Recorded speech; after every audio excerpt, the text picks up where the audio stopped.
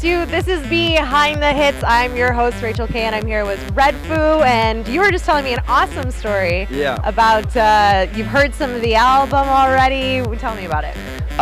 Well, you know, Afrojack is a good friend of mine. Every time we're performing in the same place, he always plays me some stuff. And we were at Amsterdam for the MTV Awards for the EMA, and he played me like 30 tracks. And so I've probably heard the next 2 albums of his, and it's amazing. You know, all the tracks on the album are awesome. It's some new stuff. He's a pioneer, and he's one of the first people that I met on my journey of this whole EDM stuff way back. I met him in Amsterdam, and he was DJing, and he was doing this stuff, putting us up thing, and he had these lead sounds, and I was like, what is that? You know, way back, like 6 years ago or something. So. But you're a pioneer too with LMFAO. You guys took over. Your sound was so different when it came out too. Yeah. What's it like being a pioneer and taking that risk with something new that maybe people aren't familiar with? It's very exciting because it's a challenge, but it's a vision of the future, of what the future could be.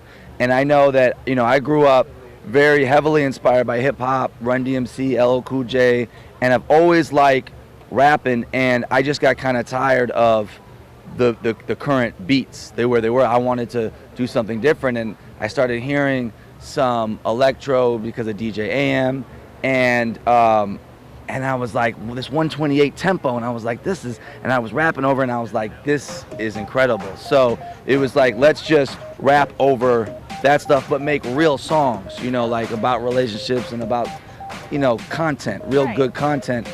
And it was a vision, and it was like, okay, how's this gonna get on the radio, and how's this, we'll start in the clubs. And so just having a master plan, an MP as I like to call it, is very exciting. And then you got your crew, I got my crew, and we're like, we're just gonna do this, and you know you're kind of the only one doing it.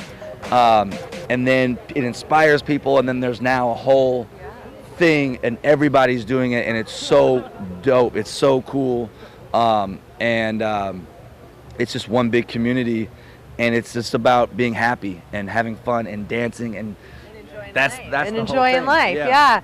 What advice do you have for other up-and-coming artists, producers, musicians who really want to make it? They want to be you. They want to be Afrojack. What advice do you have for them to make it? I think, you know, someone else could never be a good Red Foo. I mean, no one's going to be a better Red Foo than me. No one's going to be a better Afrojack than Afrojack himself. You got to be the best you could be. You know what I mean?